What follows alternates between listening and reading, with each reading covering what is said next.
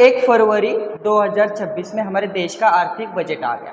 तो बजट होता क्या है, हमारे देश की जो भी फाइनेंस मिनिस्टर होती है तो हमारे आने वाले नेक्स्ट ईयर के लिए 26-27 के लिए बजट पेश करती है। तो देयर आर सम की पॉइंट्स ऑफ बजट 26-27।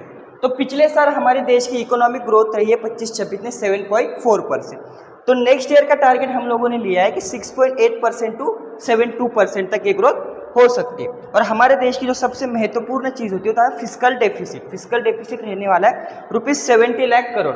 तो एक्चुअल में फिस्कल डेफिसिट होता क्या है? तो फिस्कल डेफिसिट का मतलब होता है हमारे गवर्नमेंट रेवेन्यू, गवर्नमेंट एक साल में कितना पैसा कमाने वाली है 36.5 लाख करोड़, लेकिन टोटल एक्सपेंडिचर कितना होने वाला है 53.5 लाख करोड़। मतलब रेवेन्यू से ज़्यादा हमारा एक्सपेंडिचर होने वाला है। तो इन दोनों के बीच का जो गैप होता है उसे हम लोग कहते हैं फिस्कल डेफिसिट। तो तकरीबन 17 लाख करोड़ का फिस्कल डेफिसिट निकलने वाला है। तो ये सारा पैसा कहाँ से आएगा? तो जैसे हमारे घर खर्चे के लिए भी हम लोग कहीं ना कहीं से पैसा उधार लेते हैं, उसी तरीके से सरकार भी ये पैसा कहीं ना कहीं से उधार लेगी, IMF से, वर्ल्ड बैंक से, या फिर बॉन्ड इशू करके ये सारा का सारा पैसा उधार कर लेगी। तो टोटल फिस्कल डेफिसिट आ रहा है इस बार 17 लाख करोड़।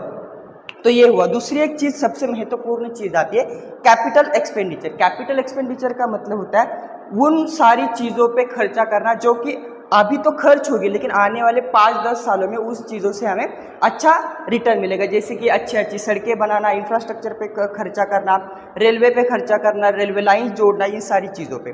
तो कैपिटल एक्सपेंडिचर पिछले साल में रहा था 11.2 लाख करोड़, लेकिन इस साल आने वाले ईयर में 26-27 में कैपिटल एक्सपेंडिचर बढ़ा के हो गया 12.2 लाख करोड़।